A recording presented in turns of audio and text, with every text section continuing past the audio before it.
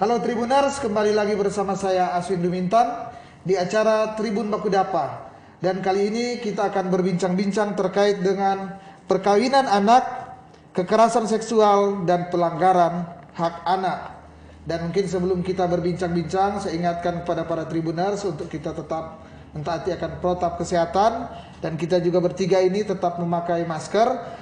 Tapi jaraknya juga sudah kurang lebih memenuhi syarat ya untuk kita berbincang-bincang, dan karena ini cukup waktu lama yaitu 30 menit, jadi saya akan membuka masker untuk perbincangan ini. Dan sekali lagi dalam perbincangan ini saya sudah ditemani oleh atau sudah bersama dengan dua narasumber. Yang pertama adalah Ibu Insinyur Debbie Momongan Emin dari Lembaga Aktivis Gerakan Perempuan Sulut dan lebih fokus sebagai lembaga pendampingan Terung Nelumi Muut. Dan yang kedua adalah Gifliani Nayoan, Master Teologia, yang merupakan aktivis GPS juga dan sebagai tenaga pengajar di salah satu perguruan tinggi. Tapi para Tribuners, untuk lebih jelasnya akan kedua narasumber ini, saya akan meminta untuk memperkenalkan diri kepada para Tribuners. Dipersilakan dulu kepada Ibu Debbie untuk memperkenalkan, silakan. Terima kasih Bung Aswin. Halo Tribuners dari studio Tribun Manado. Ya. Kami mau menyapa para Tribuners di mana saja berada. Mari bersama kami berbincang soal perkawinan anak, perkawinan usia anak. Nah, saya sendiri tadi sudah diperkenalkan, Debbie Momongan. Kami adalah, saya adalah bagian dari Gerakan Perempuan Sulawesi Utara yang berjuang untuk mengakhiri kekerasan perempuan dan anak di wilayah Sulawesi Utara dan di seluruh Indonesia.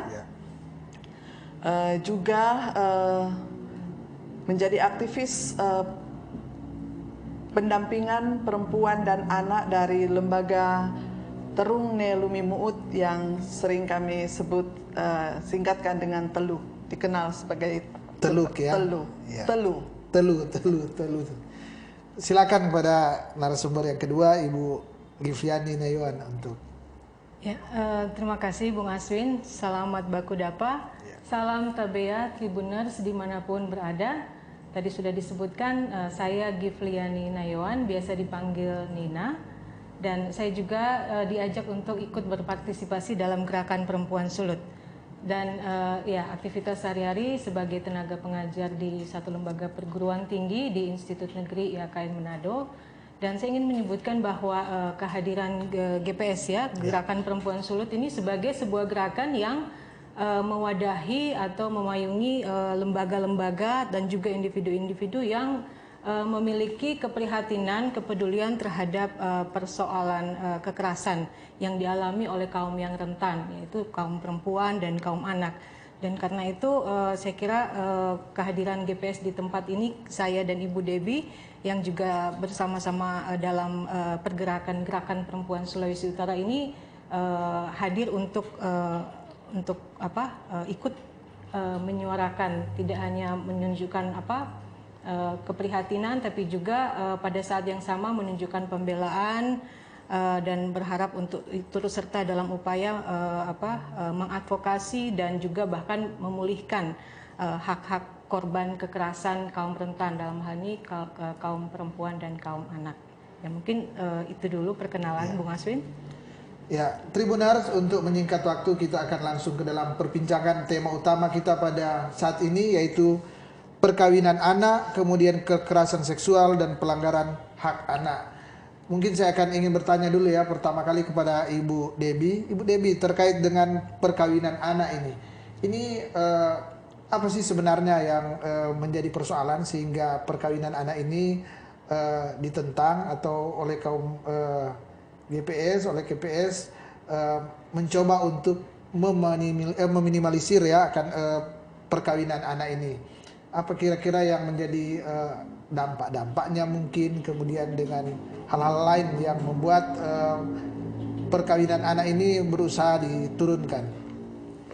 Iya, perkawinan anak di Indonesia itu masih sangat tinggi. Ada survei sosial ekonomi nasional tahun 2020 masih menyebutkan sampai dengan 2019 1 dari 9 anak di Indonesia menikah pada usia anak. 1 dari 9 anak ya? 1 dari 9 anak di Indonesia menikah pada usia di bawah 18 tahun, di rentang 15 sampai 18 tahun. Nah, dalam perkembangan pertumbuhan psikososial anak dan juga faktor fisiologisnya, sebetulnya anak sampai 18 tahun itu masih dalam kita kenal dengan masa pubertas ya. Pubertas masa menuju kedewasaan. Artinya dia belum secara fisiologi, secara psikologi usia tersebut seseorang belum dewasa untuk masuk pada pernikahan. Ya. Nah, karena itu pernikahan di usia anak itu membawa banyak sekali dampak secara psikologis, secara sosial terhadap masa depan dari anak tersebut. Nah, ada banyak sekali contoh-contoh kasus pernikahan usia anak yang kami secara khusus ya Telu dampingi di wilayah ini di Sulawesi Utara. Pernikahan usia dini atau pernikahan usia anak itu anak yang menikah di usia dini itu rentan mengalami kekerasan dan juga bisa menjadi pelaku kekerasan terhadap pasangannya dan juga mungkin terhadap anaknya. Dan artinya ini laki-laki dan perempuan. Laki-laki dan perempuan. Laki-laki di usia muda, perempuan di usia muda. Ya. Bisa menjadi pada umumnya kalau perempuan di usia muda itu menjadi korban kekerasan dalam rumah tangga dan laki-laki di usia muda menjadi pelaku kekerasan. Ya. Hal ini yang sering terjadi ya, yang menjadi pengalaman ya bahwa banyak perkawinan usia muda akan memberi dampak yang kurang baik terhadap perempuan, hampir selalu menjadi korban. Kemudian lelaki mungkin karena tekanan juga belum mampu untuk menanggung ya akan beban dalam pernikahan atau hal-hal yang lain sehingga tidak bisa sehingga melakukan hal-hal yang tidak baik lah, yang kekerasan terhadap pasangannya ya. Mungkin Ibu Nina boleh menambahkan ya terkait dengan apa sih yang menjadi persoalan terkait dengan perkawinan ini, perkawinan anak, perkawinan usia anak. Karena di tema kita ini juga dikatakan bahwa perkawinan anak ini dia rentan terjadi kekerasan seksual, adanya kekerasan seksual dan ini juga akan mempengaruhi ada hak-hak anak. Mungkin boleh tambah dijelaskan, Bu. Ya, baik. Kalau kita membincang pernikahan perkawinan usia anak, mengapa disebut perkawinan usia anak? Kita berangkat dari definisi anak dulu ya.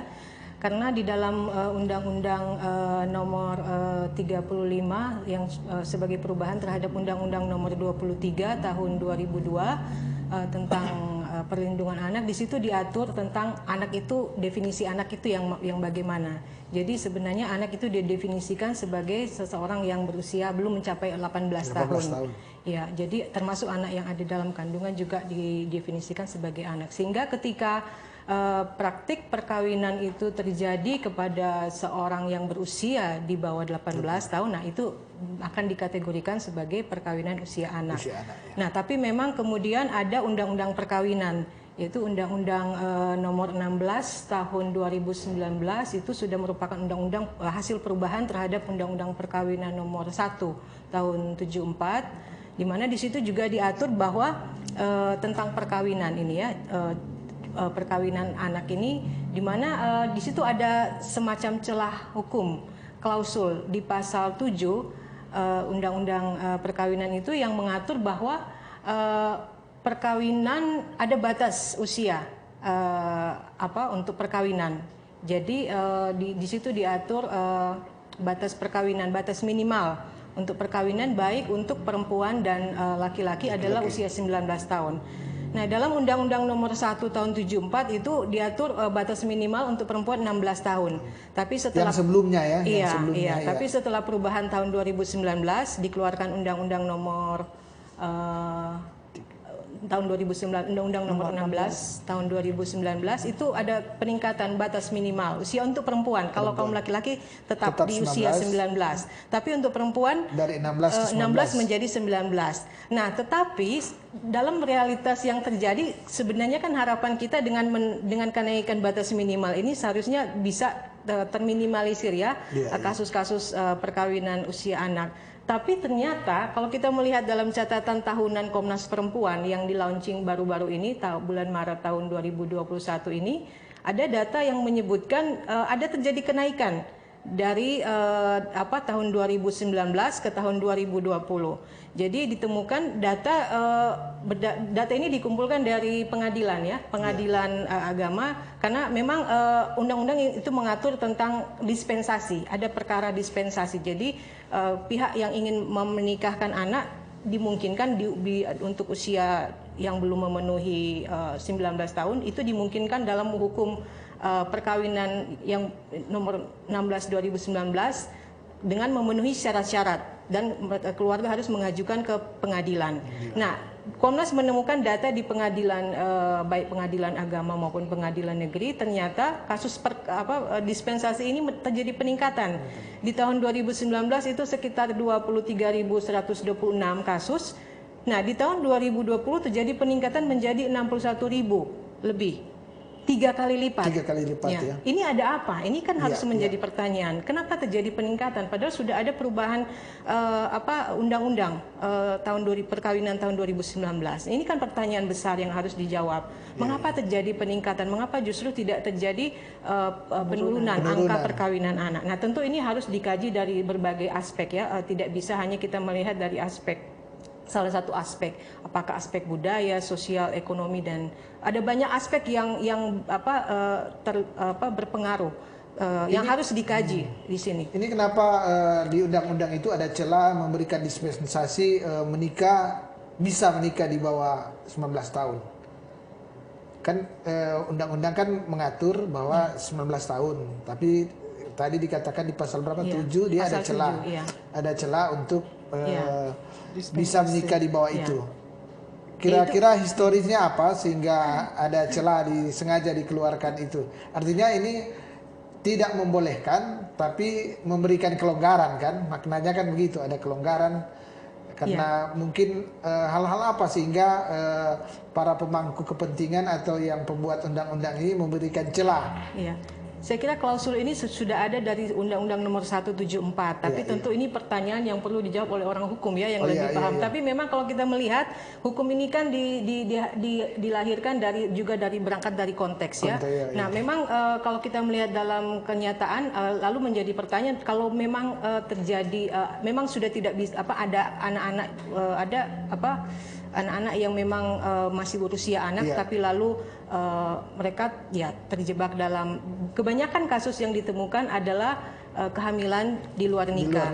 Lalu keluarga tidak ada pilihan selain untuk lalu menikahkan anak. Nah, pertanyaan besar bagaimana dengan anak yang nanti dilahirkan dari usia muda. Belum lagi dengan kasus-kasus yang terjadi misalnya korban perkosaan. Nah, ketika anak korban perkosaan itu lalu dipaksa untuk menikah dengan yang memperkosa pelaku, itu bagaimana? Itu apakah perkawinan, bagaimana nasib anak yang dilahirkan? Nah, mungkin ini masih mungkin orang hukum yang sebenarnya lebih pas untuk menjelaskan, tapi saya kira saya juga ada beberapa kajian bahwa lalu bagaimana dengan nasib anak yang dilahirkan dari mereka yang entah korban perkosaan atau yang lahir di usia anak, sehingga mungkin itulah celah hukum yang diberikan untuk sebenarnya untuk menjawab pergumulan itu ya. Tapi itu yang dipersoalan kemudian celah hukum ini kemudian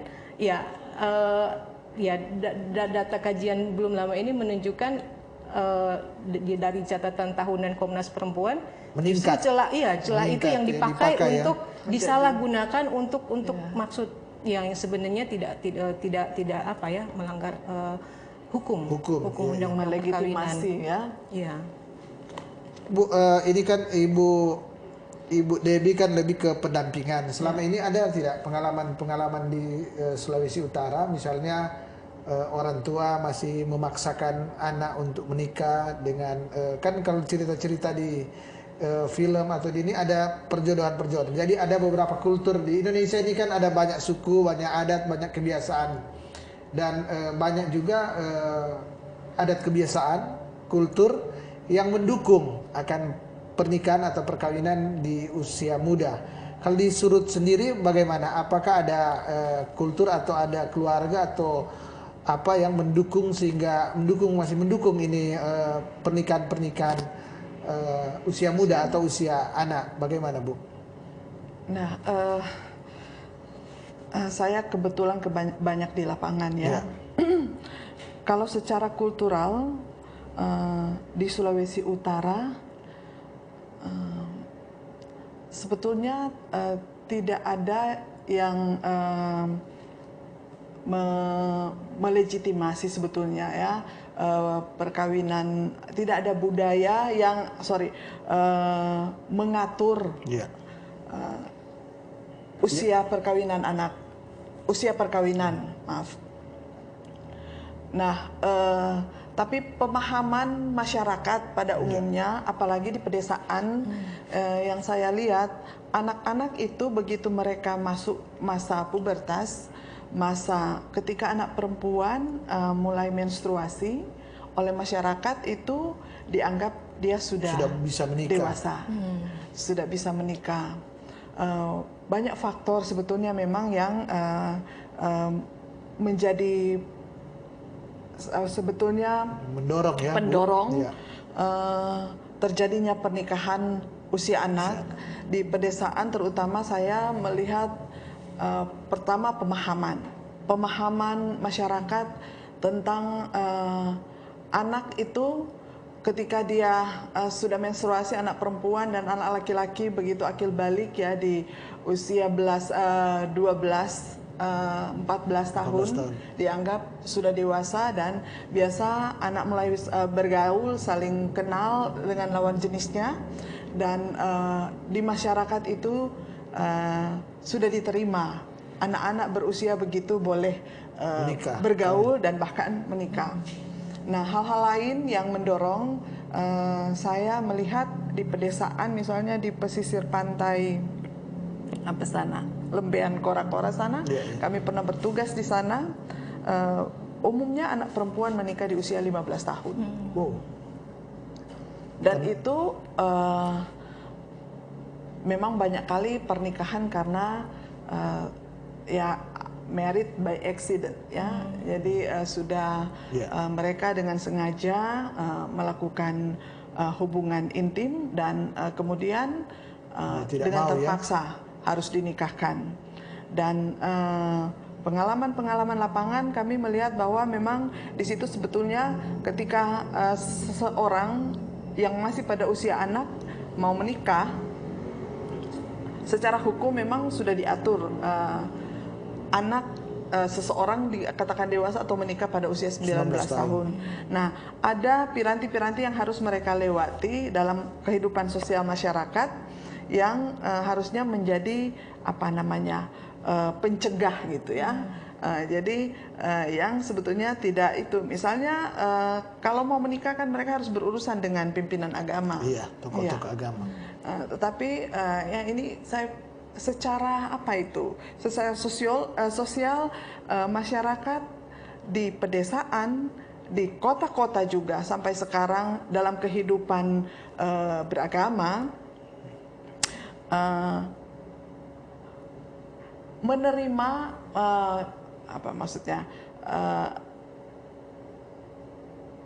menganggap kalau seorang anak daripada dia menikah tanpa memiliki anak tanpa ayah, jadi solusi terbaik oleh masyarakat selama ini, meskipun masih usia anak yang dikandung di luar pernikahan itu harus dinikahkan. Dan saya kira ini fungsi-fungsi lembaga sosial di masyarakat yang memang masih harus kalau saya dipaksa untuk berjalan sinergis dengan peraturan-peraturan yang ada, terutama dengan undang-undang perkawinan. Jadi Ibu Debbie melihat bahwa peran kan di Minahasa, katakanlah di Tanah Minahasa ya ini ya, di Tanah Minahasa bahkan di Sulut secara umum, salah satu yang berperan penting terkait dengan pernikahan ini selain orang tua adalah tokoh-tokoh agama kan. Tokoh-tokoh agama, karena biasanya untuk menikah ada kan yang harus konseling dulu, bahkan izin-izin administrasi itu kan selain di pemerintah juga di tokoh-tokoh agama ini, di tokoh agama. Bagaimana tadi Ibu sudah menyiratkan ya, kalau saya lihat menyiratkan bahwa masih apakah tokoh-tokoh agama ini masih kurang pemahaman atau harus ada sosialisasi lagi agar supaya mereka mendorong agar supaya pernikahan anak itu sebisa mungkin tidak dilakukan, atau gimana?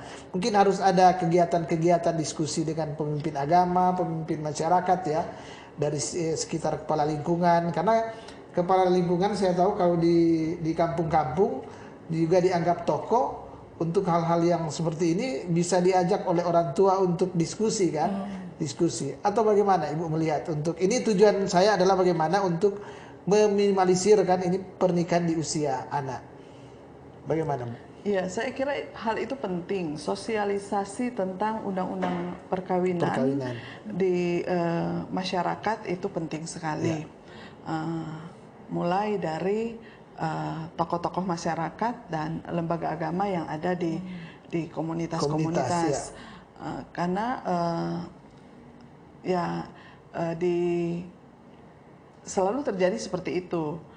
Akhirnya menggunakan pasal 7 itu sebagai celah untuk mengatasi masalah gitu. Jadi celah praktis untuk menyelesaikan, walaupun ke depan kita belum tahu apakah baik-baik saja atau ini ya. Mungkin bisa ditambahkan oleh Ibu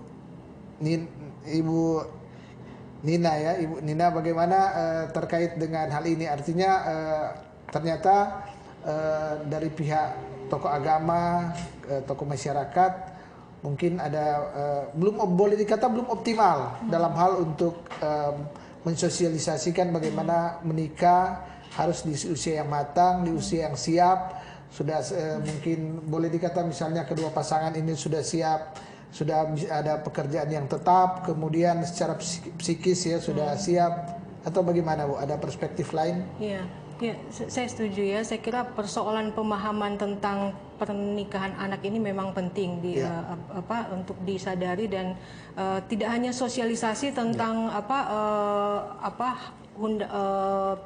perkawinan yang usia anak ini punya masalah ya, punya problem sosial tersendiri, tapi juga undang-undang perlindungan anak.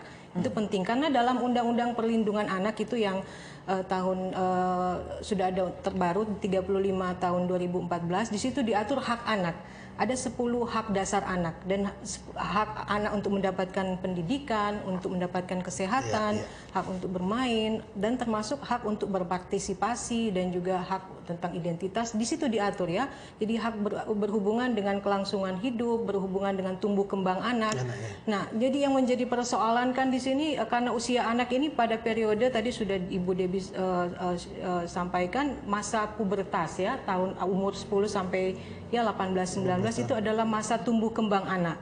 Nah, sehingga ketika dalam periode masa tumbuh kembang anak ini, sementara mereka dalam proses sebenarnya diasuh, mempersiapkan diri untuk bertumbuh berkembang, lalu sudah harus menghadapi realitas mereka harus menikah dan kemudian menjadi pengasuh, menjadi orang tua. Nah, di situ ada dampak dari usia problem ya, dampak yang tidak dikehendaki, dan untuk melihat apa yang menyebabkan ini saya kira juga penting. Tidak hanya soal pemahaman ya, tetapi juga ada banyak faktor di luar ya. Saya mau melihat misalnya mungkin yang sedang viral juga belum lama ini ya, industri entertainment, industri hiburan. Misalnya dengan kasus yang viral baru-baru ini munculnya sinetron Saharah ya, Iya. yang sepertinya ya belum tahu apakah memang ada latar belakang dari penyusun skrip sinetron ini untuk mengadvokasi pernikahan anak, tapi ini sudah menjadi isu yang viral dan mempertanyakan ya mengapa industri entertainment ini seperti mempromosikan ide tentang pernikahan usia anak. Jadi kan penonton dengan secara tidak langsung bisa terinternalisasi dengan pemahaman ternyata ini sesuatu yang lumrah. Pernikahan anak sesuatu yang sehingga menciptakan budaya yang permisif. Jadi lama-lama kelamaan ketika itu tidak di counter, justru masyarakat akan melihat pernikahan usia anak ini menjadi sesuatu yang lumrah. Yang biasa, dan ini yang harus diantisipasi ya. Ini yang karena kita harus menyadari dampak pernikahan usia anak ini memang serius kepada anak itu sendiri, ketidaksiapan dia untuk dia harus berhadapan dengan kesiapan dari segi ekonomi. Dia mungkin usia anak belum lulus sekolah, bagaimana dia harus menghidupi kehidupan rumah tangganya yang baru, kemudian persoalan kesehatan juga ya, ada hubungan. Ternyata ada kajian yang menunjukkan ada hubungan dampak dari pernikahan usia anak ini terhadap meningkatnya angka kematian ibu dan anak. Karena organ reproduksi tubuh perempuan itu kan belum siap, masih dalam periode tumbuh kembang. Sehingga ketika dia dipaksa itu akan mempengaruhi kesehatan tubuh ibu dan juga anak dan keturunan. Itu juga selain dampak dari kesehatan, dampak ekonomi, tapi juga mungkin dampak sosial ya. Ketika anak itu masih usia anak, lalu sebenarnya dia masih dalam periode untuk berkembang, untuk mengembangkan diri, tapi sudah dibatasi karena mau tidak mau dia harus fokus kepada keluarga, harus keluarga ya. Dan jadi memang ya ada banyak hal yang harus kita kaji di sini, dan memang perkembangan ini ya selain tadi saya singgung tentang industri hiburan ya. Kemudian ya perkembangan teknologi ya dengan konten-konten pornografi ya digital, karena sekarang sudah era terbuka, anak-anak kaum generasi muda sudah bisa mengakses dengan mudah. Nah ketika mereka tidak dilengkapi dengan kemampuan untuk memfilter informasi yang mereka dapatkan, memfilter konten-konten digital terutama yang berhubungan dengan seksualitas ya, ketika mereka tidak mampu untuk menilai ini sesuatu yang ya itu bisa berpengaruh kepada cara pandang mereka, sehingga ya itu ada kajian yang melihat hubungan itu juga ya, bahwa akhirnya anak-anak terjerumus ke dalam pola pergaulan yang bebas dan itu tadi yang sudah disebutkan, artinya kehamilan di luar yang tidak direncanakan, tidak diinginkan itu terjadi, dan itu banyak yang menjadi pemicu munculnya pernikahan anak, karena ya untuk seolah-olah pernikahan menjadi solusi kemudian dilihat, tapi kita harus mengkaji apakah betul, apakah pernikahan usia anak ini akan menjadi solusi bagi keluarga yang masih muda ini nanti. Karena dalam kenyataan mereka belum mandiri secara ekonomi, secara mental mereka juga belum siap ya. Seorang perempuan yang masih usia anak harus membesarkan anak, dia masih dalam usia anak, harus menjadi pengasuh orang tua, secara mental bagaimana, apakah sudah siap? Sehingga perlu kita memperpandangan pemahaman bahwa sudah akil balik, sudah siap untuk membangun rumah tangga, menikah, lalu pernikahan itu seolah-olah dijadikan solusi. Apakah benar? Saya kira itu harus dipertanyakan ya, karena dalam kenyataan pernikahan itu belum tentu menjadi solusi, karena justru akan menjadi beban baru, karena ada yang melihat pernikahan ada dalam beberapa kasus juga ditemukan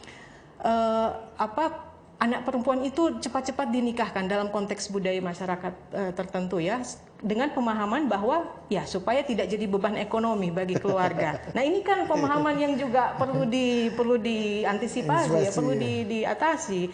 Karena mau menyelesaikan masalah problem ekonomi, beban ekonomi keluarga dengan menikahkan anak perempuan justru belum tentu itu solusi. Nah itu yang harus dicarikan jalan. Karena itu saya kira ini mengapa menjadi urgent ya sekarang ini, karena itu bagaimana juga pemerintah dan banyak pihak sekarang menunjukkan concern terhadap isu ini ya, karena problem itu, karena pernikahan belum tentu menjadi solusi juga untuk kondisi, apalagi dalam situasi pandemi. Jadi Ibu Nina, ya terkait dengan yang tadi ya, bagaimana terkait dengan bahwa pandemi ini situasi pandemi, mungkin di beberapa daerah, katanya di beberapa daerah tertentu ada terkait bahwa mungkin pernikahan usia anak itu meningkat atau bagaimana?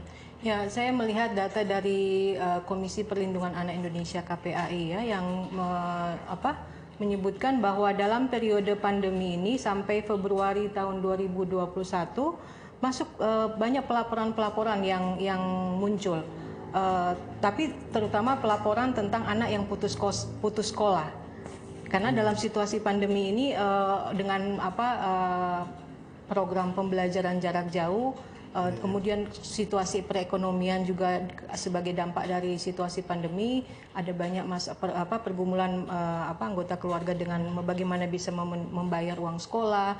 Nah, akhirnya pilihan adalah anak tidak bisa melanjutkan sekolah, putus sekolah, dan akhirnya ya karena sudah putus sekolah berdampak selanjutnya ke menikahkan anak. Nah, ini juga walaupun mungkin ini kasus yang baru muncul dalam situasi pandemi, tapi saya kira perlu direspons ya, karena ya lagi-lagi pemahaman bahwa pernikahan itu sebagai solusi. Ya dalam situasi pandemi untuk mengatasi problem ekonomi keluarga-keluarga di masa pandemi. Apakah betul pernikahan anak itu harus dianggap sebagai solusi? Ya. Nah, ini menjadi pertanyaan kepada banyak pihak ya, baik kepada pemerintah, kepada lembaga-lembaga masyarakat dan sebagainya, bagaimana melihat hal ini untuk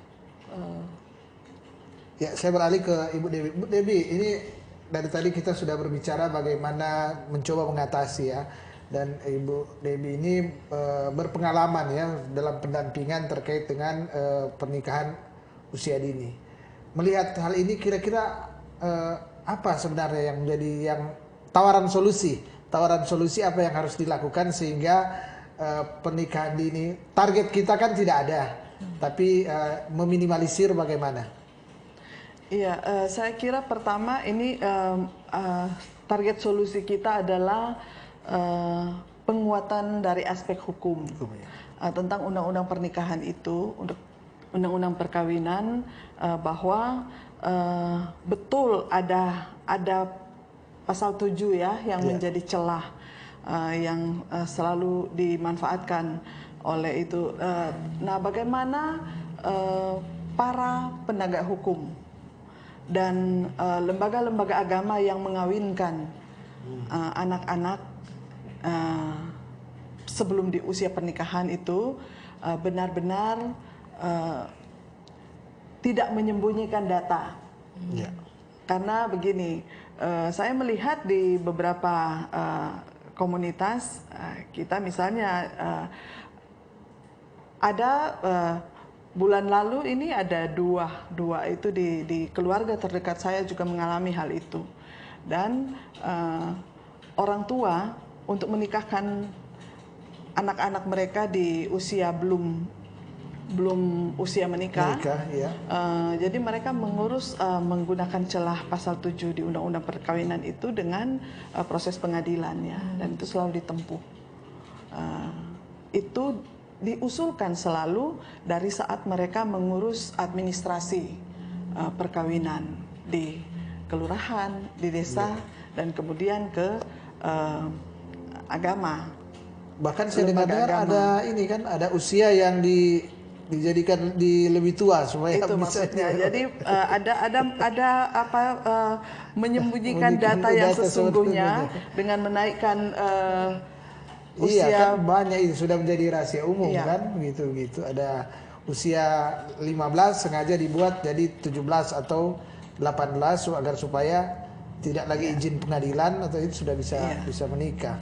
Itu dari administrasi awal di kelurahan biasanya ya, atau di desa.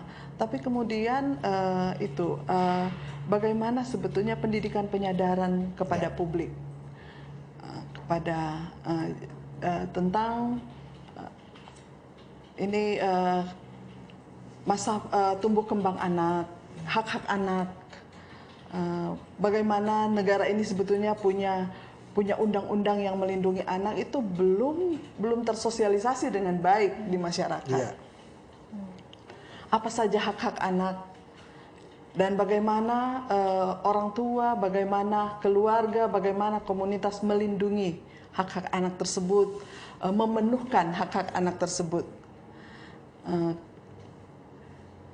Ada banyak memang sebetulnya yang sudah dilakukan oleh ya baik pemerintah maupun lembaga layanan, pengada layanan untuk perlindungan anak. Tetapi memang misalnya dengan membuat program kota layak anak, kabupaten layak anak, ada banyak ya program-program yang sudah itu, tapi itu saja tidak cukup kalau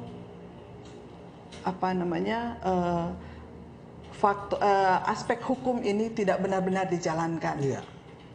Jadi saya kira mungkin pencanangannya hanya sekedar pencanangan, tapi kurang menindaklanjuti. Artinya momentum atau menciptakan momentum untuk misalnya kota layak anak, tapi tidak ada usaha-usaha sosialisasi yang optimal atau yang dikatakan tadi penyadaran harus diikuti kan, dengan penyadaran yang dilakukan oleh stakeholder lah, semua stakeholder dari termasuk dari komunitas-komunitas yang peduli terkait persoalan ini, pemerintah, tokoh-tokoh agama.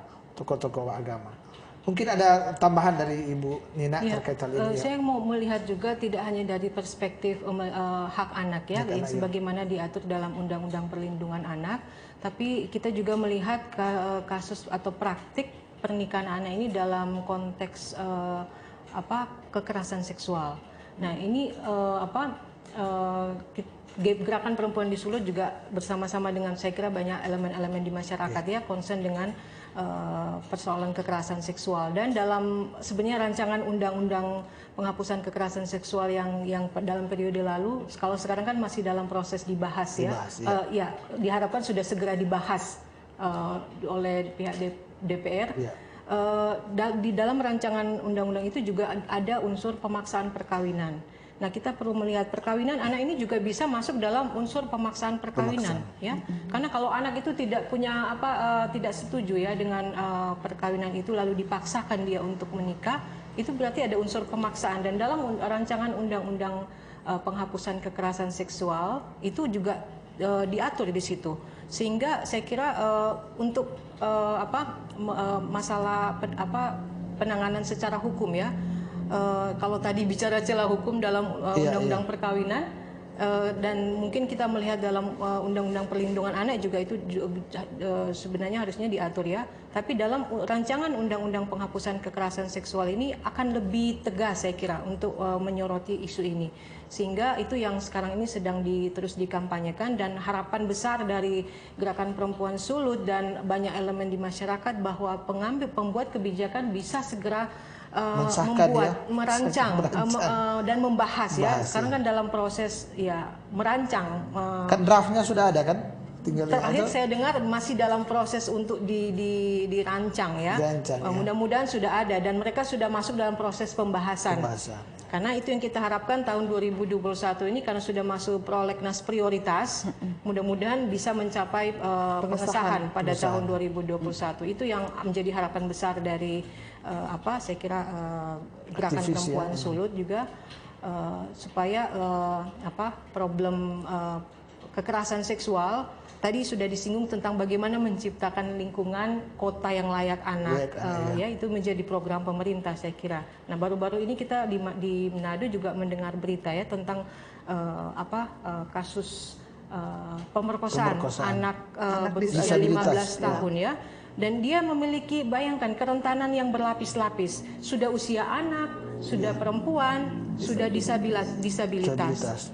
Menjadi pertanyaan ketika kita melihat kasus yang kemarin diberitakan, bagaimana dengan apakah kota lingkungan kita ini masih layak disebut kota yang aman untuk kaum rentan, baik anak-anak, perempuan, dan juga kaum disabilitas? Ini pertanyaan besar yang saya kira tidak hanya untuk masyarakat, tapi juga kepada pengambil kebijakan dan juga kepada pemerintah ya.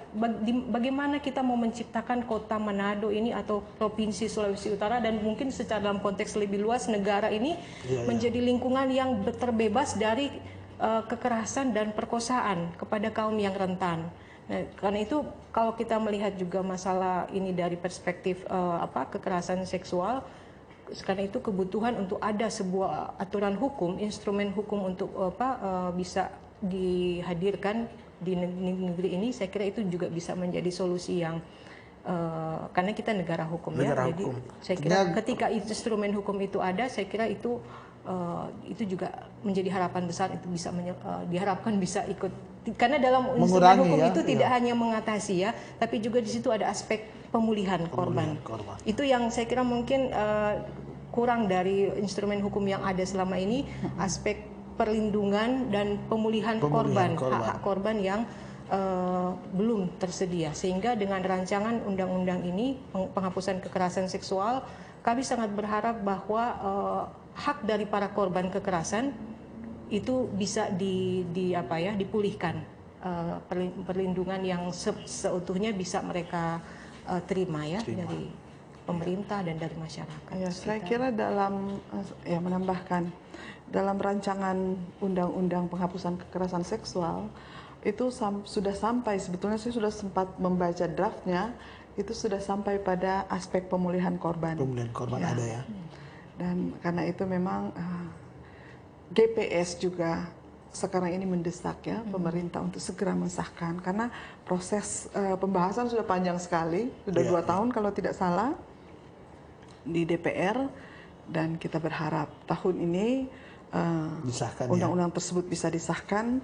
Dan saya sebetulnya bersama teman-teman kami di GPS, kalau misalnya itu memang masih sangat lama ya prosesnya, RUU penghapusan kekerasan seksual itu masih lama dalam proses pengesahannya. Sebetulnya karena Sulawesi Utara ini sebetulnya darurat kekerasan seksual ya. Kita dalam beberapa bulan terakhir ini ada berapa banyak kasus kekerasan seksual terjadi terhadap perempuan dan anak dan disabilitas. Maka sebetulnya para pengambil kebijakan pemerintah, dulu ada perda di Sulut, pernah ada perda tentang trafficking ya, penghapusan trafficking, dan mungkin saja kalau bisa itu ada rancangan peraturan daerah tentang penghapusan kekerasan seksual sambil menunggu disahkannya RUU penghapusan kekerasan seksual. Pemirsa Tribuners, perbincangan ini sebenarnya semakin menarik ya, dan banyak hal telah kita kupas yang pada intinya adalah meminimalisir atau ya kalau bisa menargetkan ya seminim mungkin terjadi pernikahan usia dini atau usia anak, karena kita sudah bahas tadi bahwa banyak sekali dampak yang terjadi ketika pernikahan usia anak ini terjadi, baik dampak terhadap perempuan ya yang harus melahirkan di usia yang alat produktifnya sebenarnya reproduktifnya belum siap sebenarnya, kemudian setelah menikah akan menanggung beban ya, beban keluarga, sehingga yang pria yang usia anak bisa menjadi pelaku kekerasan, kemudian yang perempuan bisa menjadi korban, dan banyak hal yang sudah kita bahas. Tapi perbincangan ini memang terbatas juga dengan waktu, sehingga kita harus mengakhiri akan perbincangan dalam Tribun Bakudapa ini. Namun sebelum perbincangan ini diakhiri ya, saya berikan kesempatan kepada dua narasumber, kepada Ibu Debbie dan Ibu Nina untuk memberikan closing statement ya terkait dengan pesan-pesan terkait dengan apa yang sudah kita bicarakan. Boleh memberikan pesan-pesan mungkin kepada stakeholder agar supaya bagaimana meminimalisir akan pernikahan usia anak ini, dan mungkin terkait dengan RUU PKS ini. Silakan. Iya, Tribuners, kami Gerakan Perempuan Sulut mengajak semua stakeholders yang ada di Sulawesi Utara, tetapi juga para aktivis pejuang hak perempuan dan anak di seluruh Indonesia untuk bergerak bersama mengakhiri kekerasan terhadap perempuan dan anak dengan mendorong pemerintah dan DPR terutama untuk segera mensahkan RUU PKS dan mengajak semua stakeholders di Sulawesi Utara untuk bersama-sama mengeliminir pernikahan usia anak di komunitas masing-masing dengan melaksanakan secara benar Undang-Undang Perlindungan Anak dan Undang-Undang yang mengatur tentang perkawinan, dan juga mengajak seluruh masyarakat untuk rajin-rajinlah membaca informasi dan terutama mengenal apa saja yang diatur dalam Undang-Undang Perlindungan Anak terkait dengan hak-hak anak yang menjadi tanggung jawab keluarga dan masyarakat untuk dipenuhi, untuk dibela, dan bagaimana kita semua bertanggung jawab melahirkan, membesarkan generasi yang memiliki masa depan yang tidak kita batasi dengan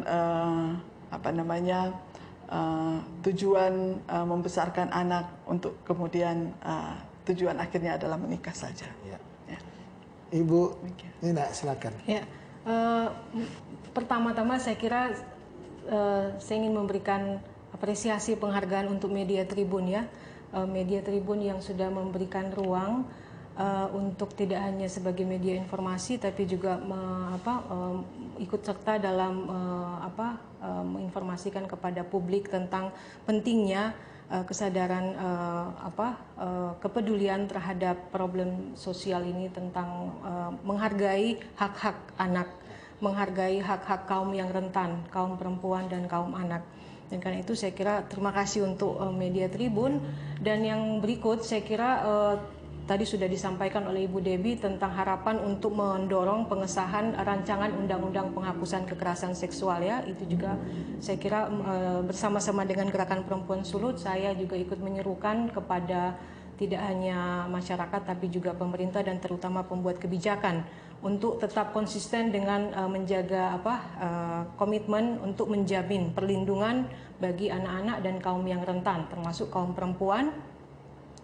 Dan juga saya mau ikut menyerukan dalam kesempatan ini ya kepada berbagai elemen masyarakat untuk ikut serta menumbuh kembangkan kesadaran, karena ini satu akar persoalan ya, karena kesadaran di masyarakat, jiwa masyarakat ini perlu diisi lagi dengan nilai-nilai penghargaan, penghormatan kepada hak-hak anak, kepada hak-hak kaum rentan. Karena harapan kami dengan nilai-nilai ini kita bisa mewujudkan kota lingkungan yang bebas dari kekerasan, bebas dari perkosaan, dan juga harapan kami bebas dari praktik perkawinan usia anak.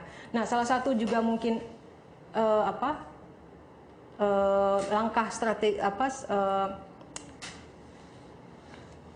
strategi jangka pendek yang bisa dilakukan adalah bagaimana kita terus mengkampanyekan semangat untuk menumbuhkan kesadaran dalam diri kita masing-masing dan juga dalam lingkungan keluarga dan masyarakat, komunitas beriman, tentang menciptakan masyarakat yang bebas kekerasan, bebas perkosaan. Nah, saya di sini juga ikut menyebutkan, ini saya menggunakan ada stiker, ini bagian dari kampanye yang digaungkan oleh Dewan Gereja Sedunia ya. Ada program kampanye Thursday in Black. Jadi Kamis hitam. Jadi setiap hari Kamis semua banyak kaum, tidak hanya kaum perempuan tapi juga kaum laki-laki menggunakan pakaian hitam-hitam untuk sebagai simbol untuk menyatakan kepedulian terhadap upaya-upaya menghapus praktik kekerasan dan mewujudkan sebuah lingkungan, sebuah masyarakat yang bebas perkosaan dan kekerasan. Jadi towards the world free of rape and violence, Thursday in Black ya. Ini sebuah kampanye gerakan tidak hanya sudah mengglobal ya, kampanye global. Dan saya kira itu juga semangat yang Gerakan Perempuan Sulut ingin kampanyekan ya, semangat untuk kita bersama-sama mewujudkan masyarakat yang bebas kekerasan terhadap kaum rentan, terhadap kaum perempuan dan kaum anak. Demikianlah Tribuners perbincangan kita di Tribun Bakudapa hari ini, dan saya Aswin Lumintang mengucapkan terima kasih kepada dua narasumber kita pada hari ini, Ibu Debbie dan Ibu Nina ya, Ibu Nina yang sudah bersama kita berbincang-bincang terkait pernikahan usia dini atau pernikahan usia anak yang kita sudah dengar tadi, dampak-dampaknya yang cukup memiriskan kita, dan semoga apa yang sudah kita saksikan tadi, sudah dengar tadi, boleh bermanfaat juga pada para Tribuners sekalian. Jadi saya juga mengucapkan terima kasih kepada para Tribuners yang sudah setia menyaksikan acara ini hingga selesai. Mata lokal menjangkau Indonesia.